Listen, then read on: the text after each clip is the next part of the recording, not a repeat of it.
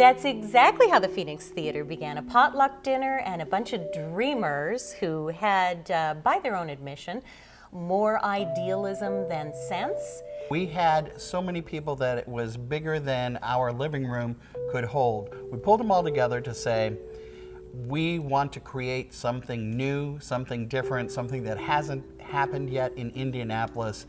How do we go about doing that? We are celebrating our 30th anniversary. We started off with less than nothing. So when you think about those really, really modest beginnings, it's amazing how far the Phoenix Theater has come.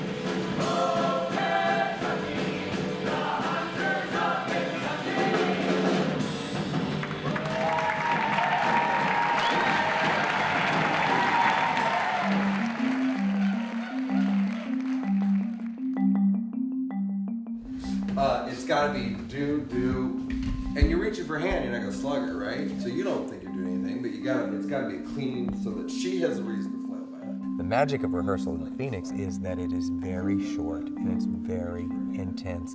You are absolutely incomprehensible. Do you know what you're putting everybody through? Like your family? An actor has to be on top of their craft and their game when they come in to rehearse a show at the Phoenix, because you have to really put it together quickly. You smell terrible, and I wouldn't be surprised if you had lice. Better, much better, much better. How well do you guys think you know these lines? Pretty darn well? You can't waste a second, and you have to come in prepared, and you know, on opening night, sometimes there's a lot of, okay, we're all holding hands, we're gonna do this. I wasn't expecting Would you hear a fire alarm?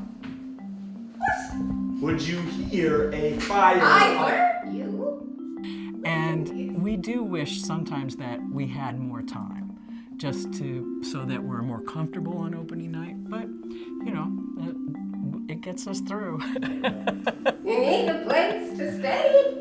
Can't understand you. What do you need? A Phoenix saying is, we're open, therefore we're ready. Let's go ahead and take a 10.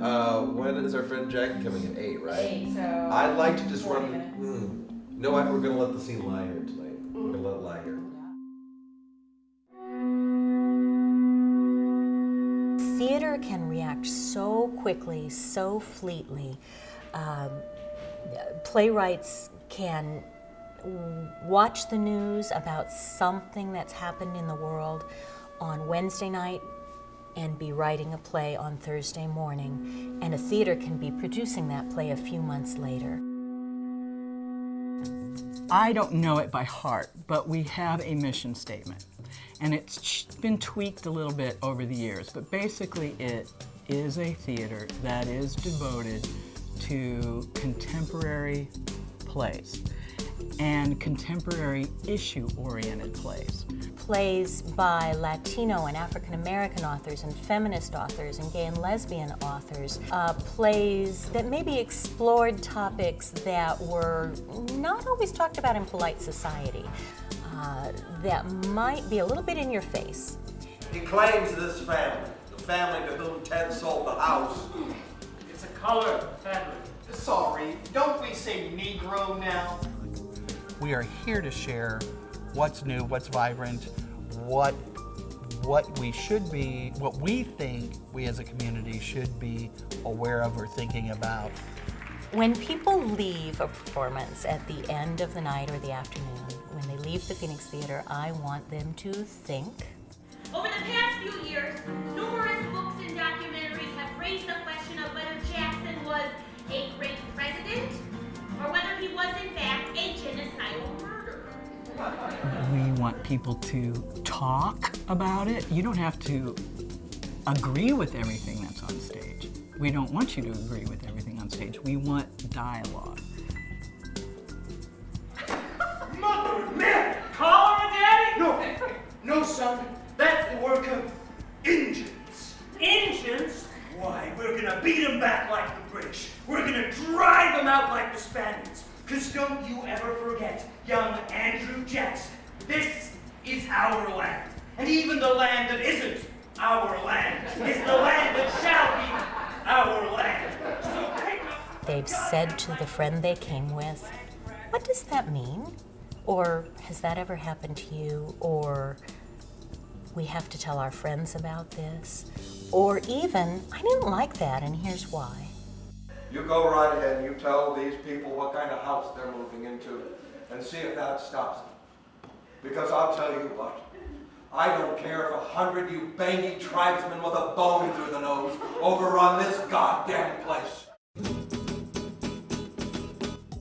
There have been some interesting technical achievements that have been done, and and it's interesting because when we do them here, it's always on a shoestring, but they always happen. We did a play called The Lieutenant of Inishmore. The Lieutenant of Inishmore was a very, very bloody show. 61 gunshots every night, and 5 gallons of stage blood every night. It was an enormous amount of blood on the stage when it was done. And the technical crew, of which I was, would take 3 to 4 hours to clean up after every show. And a lot of the audience stayed to watch at least the first 15 or 20 minutes of the cleanup because 5 gallons of stage blood is significant. The flood in Octopus was amazing to sit out here. I wasn't in that play, but to watch the door open and this stage right behind me to be flooded, and to know that it was accomplished by the technicians here in this theater, who I know have no money. You know, we're little, but we're scrappy, so nothing really daunts us too much. We'll do it. I certainly believe that the Phoenix Theater will be here in another 30 years and that it will continue to be a vital arts group. I'm feeling optimistic. I think that we have a lot of new blood, new young people are coming in, and I think the theater will continue. And that's what you want. You want it to continue. I would hope that it's still following the mission that we set forth at our inception. Of course, it will be interpreted in a new way, but that it will still be populated with passionate artists, passionate board members, a highly functional art organization, and that it continues to contribute a lot to the community.